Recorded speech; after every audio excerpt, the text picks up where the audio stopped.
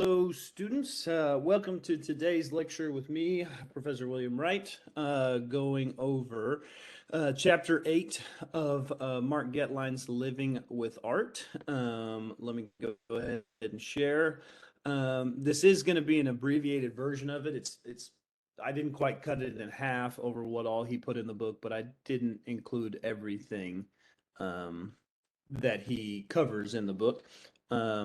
Well, and I should point out, and that's why I'm showing this slide here, that technically the slides I'm showing we're just going to get through half of it today, which is Chapter 8, and the other half is Chapter 9 and some other things, which we'll do in another video. But yeah, so the slides, which will be posted to whatever the course classroom is that I have here, the slides will cover 8 and 9, but for this video, we're just going to cover Chapter 8, which is printmaking. Okay, so printmaking is actually something that most of us have seen. It's big in books and like museum exhibits, anything where there's like a repeated image is actually probably printmaking, and you may not even realize that you've been looking at printmaking. You often see these and think of them as drawings, and we'll go over kind of why that is. But for the most part, it's actually something that's been around for a long time. And yeah, so what is it exactly? Printmaking is the activity or occupation of making pictures or designs by printing them from a specially prepared block or plate. Okay, it's basically creating a stamp is really all it is. It's making a stamped image that then you're going to ink and then stamp onto a piece of paper so that you can repeat that image many times. And essentially, going back in history, this was how they printed books, how they printed pictures, how they printed things before modern digital printers that we use now were created. But let's walk through what the process is exactly. These are all very simple prints of one color, and we'll talk through some different techniques. But printmaking is the process of producing multiple originals of an original artwork on a support surface. So basically, printmaking as an art is not the same as the traditional historical context of making prints necessarily, but the process is the same. Either way, the artist or creator creates more than one original print from a single surface or a matrix. So in the case of the historical context, it's artists or creators, printers, putting out an image or some sort of information and then repeating it multiple times so that that image or information is almost like a newspaper, a periodical, or a series of books that has been printed, and it is of a more practical use versus today. Fine art use of printmaking is more like making a specific piece of art that has a portion, or I mean, maybe even all of it, that is repeated and maybe is like a limited series, or it's like making a painting, but making sure that you can get that painting made several times. It's not the same as just getting copies made, but it's actually like a series of individual artworks that are made off of the same plate, if that makes sense. It's like the artist themselves is making the print rather than just making copies. So today, when you buy art, you can buy a print from like the printer that's the more old traditional style of getting something made, or you can buy a print from the artist, which actually the artist made themselves, and each one of those is going to be a little bit different. But anyway, I know that may not make a whole lot of sense. It took me some time to gather all the differences, but there's essentially just understanding that there's a historical and functional context of copying something versus the idea of having multiple artworks that are similar but all made by the same artist. In any case, the matrix, whatever it is typically made of copper, stone, wood, linoleum, or some kind of fabric.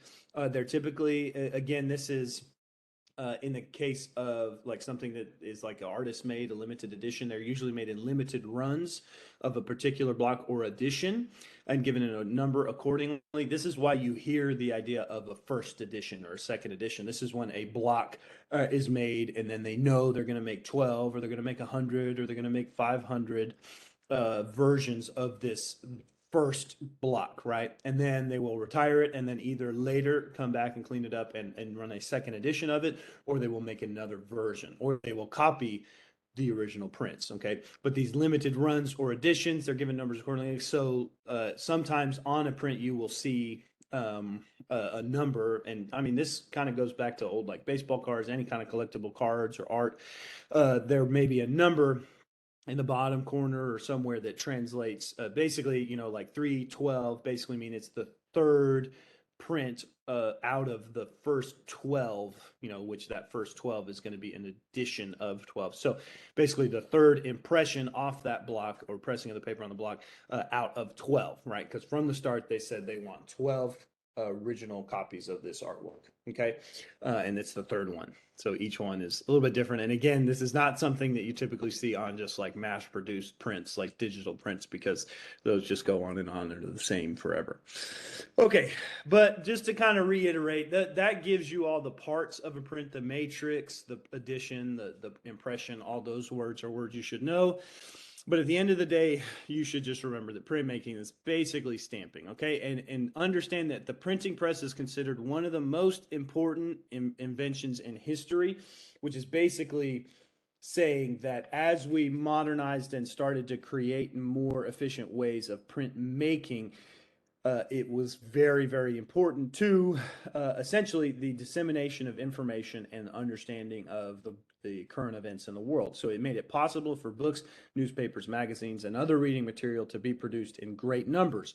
This, in order to do that, or like in doing this, it also made sure that the public around the world has the opportunity and it's promoted that they are literate, they can read and write. And it is like largely due to the idea of printing libraries and large numbers of books or periodicals.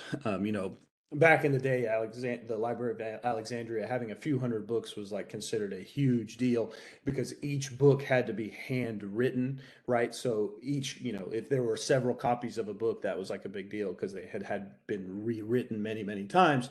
But then as, we move past like that time of the Library of Alexandria into more modern times, we have inventions in printmaking that allow us to have a couple dozen or maybe a couple hundred, or maybe even nowadays, of course, there's thousands, possibly even millions of copies of certain texts spread all over the world. And this allows people to have more access to that. So as we move from hand copying everything to printing, we just have more access to books and information. Now the original forms of printmaking that change it from the like copying and handwriting copies of text is block books and movable type. So basically, the first thing they came up with, the original like type of printmaking, is literally taking a block and carving the page of the book into it, whether it has text, whether it has images, whatever. It's all sort of combined onto one block that then you're like, this is page 15. Right. And so if you want to make 500 copies of this book, you make 500 copies of page 15, or 500 of one, 500 of two, 500 of three, and then you put together 500 copies of this book. Right. That's the idea behind block print. But then it was made even easier when we created movable type.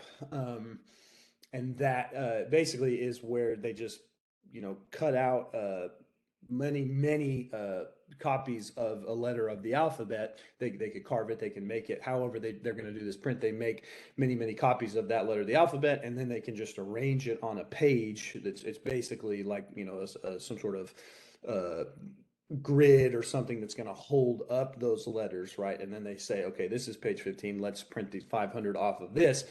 And then rather than have to carve the next block, they just rearrange the letters, right? So that's kind of how movable type worked. And that's, essentially led to modern like printing machines where they have lots and lots of the same letter. And it just, a typewriter is just a bunch of little copies of a letter that, like, when you hit the button, that arm pops on there, and all this essentially is just more and more technological progress in printing. Notice that the letters do have to be backwards, right? Because once you ink them and stamp them, they're going to come out right side out.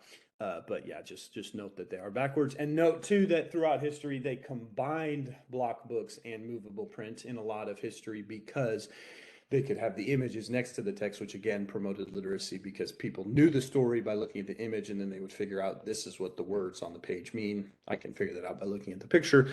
We've all heard that story before. But yeah, in any case, that's the progress of printing. So now let's look at some modern, still used forms of printmaking and like in just different forms throughout history. The matrix type number one, this is like kind of breaking down into categories. The first one is relief printing. This is where the printed surface is raised, so it comes forward, the print is coming forward, and what is not to be printed is carved out. So this is like a typical stamp, where you take an image, it's drawn on like rubber or something, and you carve away the things that you want to stay blank paper, and then you let the things that you want to show up stay fully raised. So then you can ink it, and then you lay paper on it, and that paper will pick up the ink that is there on the raised parts, right? So it's pretty much the most understandable form of doing this, relief printing. Again, remember that it has to be backwards.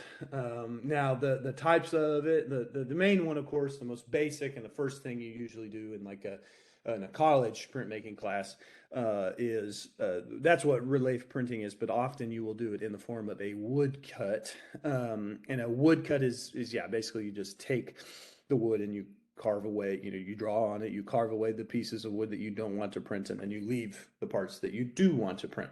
The difference between woodcut and wood engraving is woodcut is often easier to make because you're going with the grain of the wood, versus wood engraving, you actually are carving into like the end of the wood. So if you use the right kind of wood, it can be much more detailed, but it's harder to carve, right? So you got to balance with it there, or balance it. This is an image of Shepard Fairey. If many of you know the clothing line Obey, he's the artist behind that. He was originally a graffiti artist, and now he's well known for these kinds of block prints that he does. And yeah, here's an example of a block print where you can see even like the fine little details. All they did was carve away wood in those sections, and then when they ink the print like a stamp, that then they can lay the paper on it, and those blank areas will stay blank, and yeah, they have the details of the image. Here are some versions of it. Typically, woodcuts are not as highly detailed as some other forms of printmaking. They often, they're beholden to the grain, they're beholden to the type of wood. It's a limited number of prints, even sometimes, because the wood, if it's softer, it like starts to lose detail quickly. But yeah, you can see they can get a fair amount of detail. It's typically achromatic. They're not going to get a lot of layers of color because, again, printing and reprinting is more difficult with wood. But yeah, you can see, and Durer is well known. We'll look at Durer several times. He's well known for his prints and kind of his contributions to history. There are a lot of the things that he printed were actually for like science textbooks and things like that. Now, of course, it's older science, so sometimes it's kind of funny what he digs into. But in any case, this is actually pretty typical of like the kind of imagery you see in a textbook in general, or like a museum exhibit or something, this kind of basic print level. But now another type of relief printing, it's still the same type, but actually a more approachable and more common one, sometimes in certain classrooms, is linocut. And yes, it's literally like rubber linoleum, like the stuff that floors are made from. But nowadays it's often like a softer kind of rubber, almost like a rubber eraser type material. And you can carve pretty good detail into this surface. And again, you don't have to fight grain. It's not as much work, and yeah, it comes out pretty smooth. You can see here it's showing the entire process of drawing on the print, then carving away the negative space, then printing the raised areas, and then you set it on the paper, run it through a press. Yeah, you can set it, and this is called registration marks, which we'll talk about in a minute. But yeah, you can set it on the registration marks, run it through a press. Although a lot of times you can actually just set the paper down and use like what is basically like an air hockey puck. It's called a brayer, I believe. You can push and it will print, and you can see, yeah, you pull the paper up and you have a copy of a reverse copy, of course, of what it was on the original linoleum block. This is how the woodcut works too. It's just easier to show with linoleum. And you can see they don't ink by like pressing it onto like a pad or anything. It's usually a roller that applies the ink in some manner. Now, one thing that you can see is different. Well, real quick, yeah, there's no grain. You can get quite a bit of detail, although it's still kind of loose because it's got that rubbery quality. You can see that lino cut in these images. What you may notice is different is they have multiple colors. And technically, you could do this with wood, but it's more common to do with lino cut because it's so much easier to work with. And the way that they do that is they actually layer up from lightest to darkest. So yeah, I actually have some examples, but yeah, you can see the level of detail here. Here's a Picasso print of an image that he made. Now, understanding how they get color, I have the process here. It's basically you carve away all the negative space first, whatever you want to be the plain color of the paper that you are using. You carve that away first, and then you print your lightest color. Okay. And really important here is, if you want 12 versions of this image, you're going to print like 15 or 20 of that first cut, right? So you have lots to pick from. And if you mess up, like you can kind of fix it.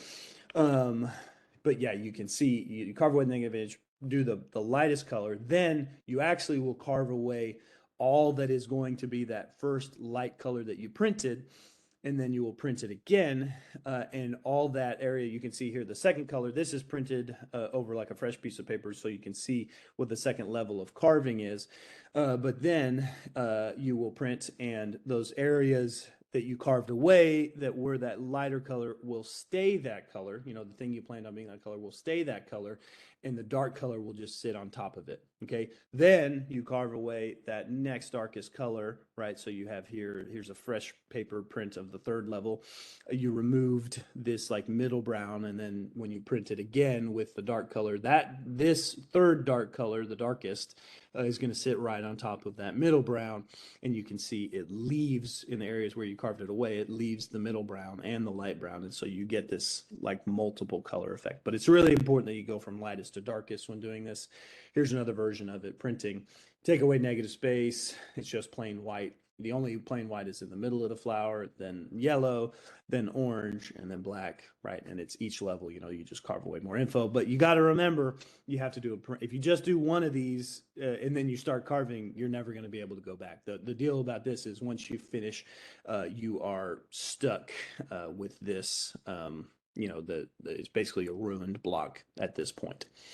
Now, understanding how they do the multiple prints is pretty important. I think it's worth showing a lining.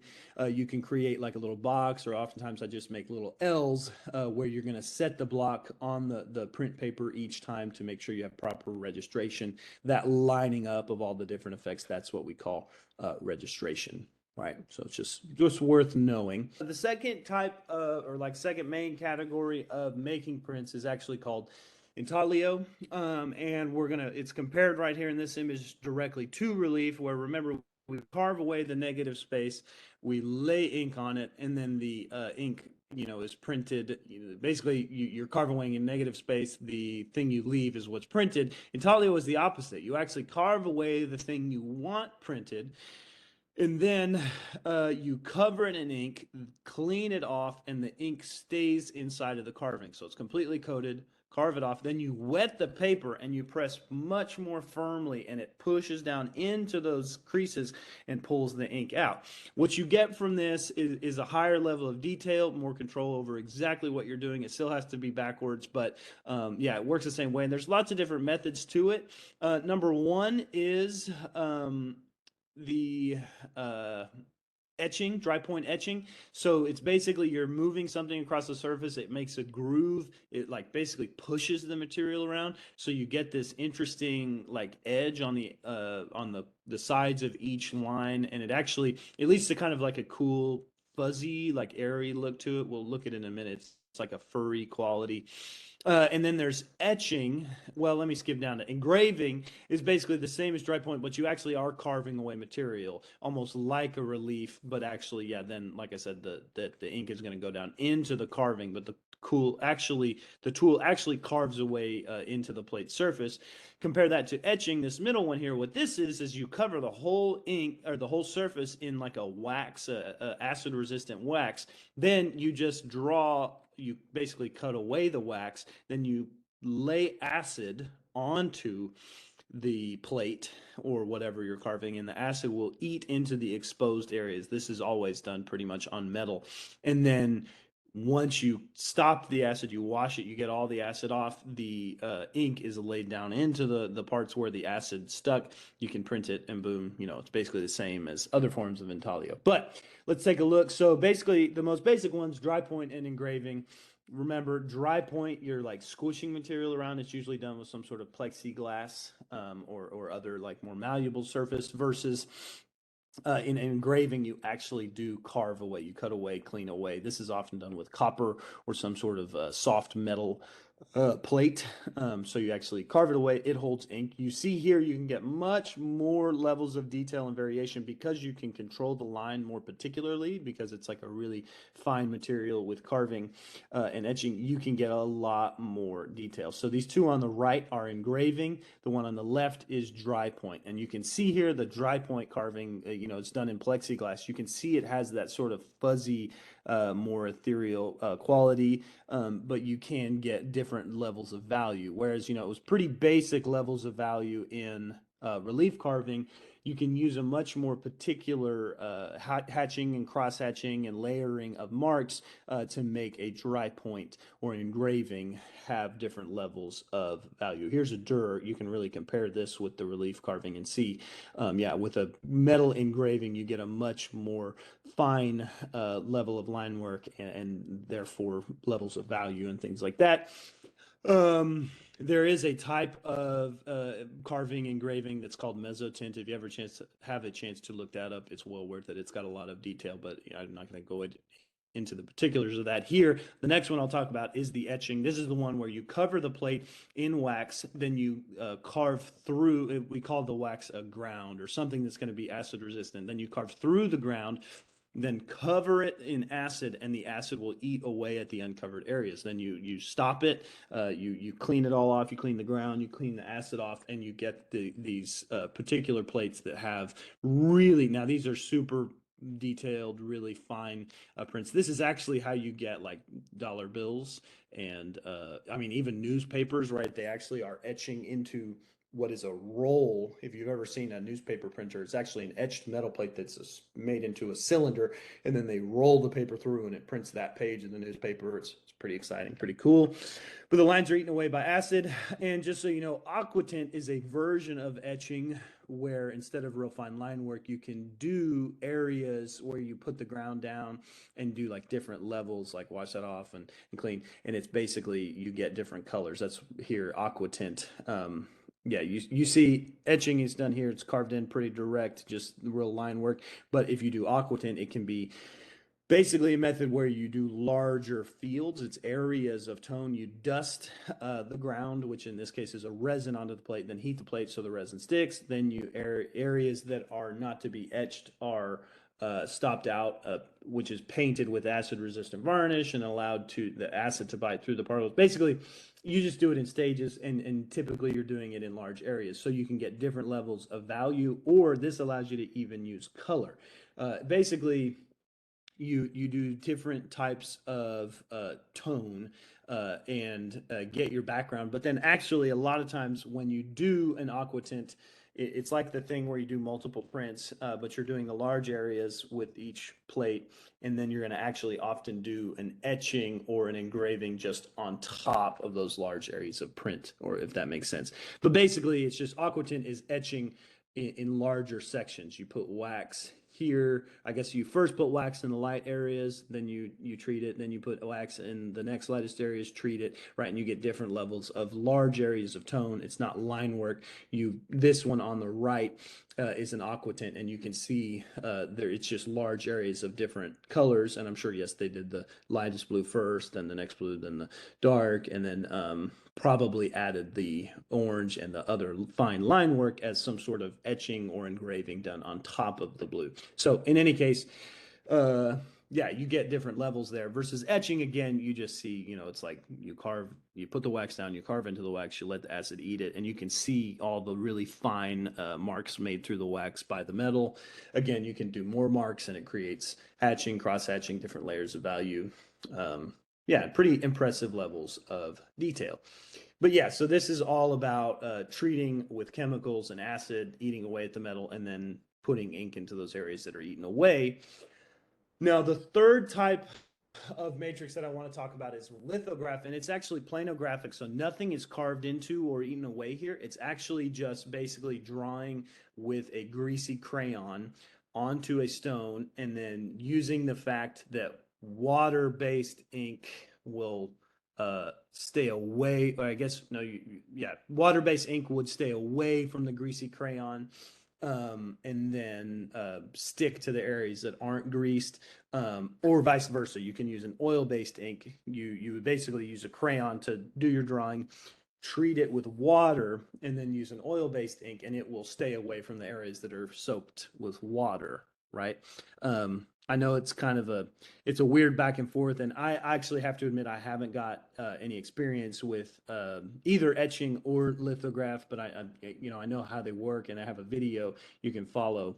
But yeah, it's basically just using the fact that oil-based ink is going to resist water, and vice versa. Water-based is going to resist oil. And yeah, it's just done onto a flat rock. But it does allow you, because you're using like a really particular fine material, you're just drawing, basically, it comes out with whatever level of detail you want. You're physically making the decision to draw. Here's a Van Gogh print.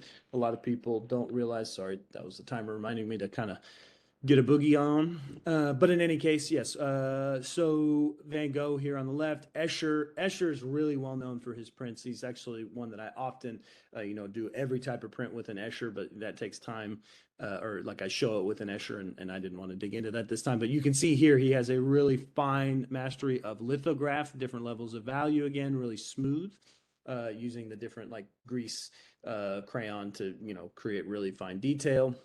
And then actually also what a lot of people also don't realize, that a lot of, in the era that this was used, it was often used for like posters, cigar box type papers, things that could have watercolor then put over them. That's like another part of it. You could go in after finishing a lithograph and color it, as well as having had that waxy kind of drawing under it. But basically, you can follow, if you go to the slides where you have access to them, you can follow this link. Maybe I'll also upload it in the day's work. You can follow it, and it walks you through the whole process. And essentially, yeah, you make sure the stone is completely flat, then you draw on it, then you treat that drawing, and it seals the areas that are water-based, leaves the greasy areas blank. Then you put the ink on the grease, it sticks, then you put the paper down. And again, all this is to make sure you can get a repeated image, but in this case, it's not about line work, it's about, where you smooth with greasy play on. Again, yeah, orthographic, the surface area is fixed with a treatment of an acid solution. So I guess really what seals the water areas is the acid. But yeah, it's dampened, then inked. Yeah, oil-based ink sticks to the greasy areas. Now, one thing I like to talk about here is that we also, in this era of lithograph and these more advanced technologies in printmaking that are chemical based, we start to see some pretty bizarre art. It's combined too with the idea, art is becoming more artistic, more expressive, more impressionist, but also I can't help but wonder sometimes if, as we started to develop more and more understanding of chemistry and arts, there were probably chemicals. I know that there were inks that famously made a lot of artists go crazy, and sometimes it's supposed that some of the acid treatments and things that they would do in processes similar to lithograph also kind of made artists a little bit kookier, right? And there's also the era of absinthe and other chemical ways of enhancing their artistry, I guess, that are happening at the same time. But I just keep going back to after the Industrial Revolution, there's a lot of, I know that there were oranges that had uranium in them. There were yellows that were filled with lead, and lots of things just made the artist be a little bit more out there. And Audien Rodin is one of my favorite ones to show, to kind of show the bizarreness of things as we advance and make art past the Industrial Revolution. But of course, that's also artists being more artistic. Okay, so like I said, watch the video on lithograph if you have a few minutes. It's only 4 or 5 minutes. But now the last type of printing that we're going to talk about is screen printing.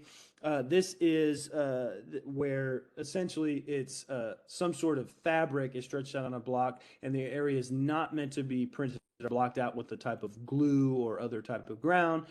And then the screen is set on the paper, or a lot of times this method is used for just like t-shirts and sweatshirts and things that we wear in our everyday. You set the screen down on that wearable shirt or whatever, and then you squeegee ink across that screen, and those areas that are blocked out protect the shirt, and then the areas that were left open, the ink squeezes through.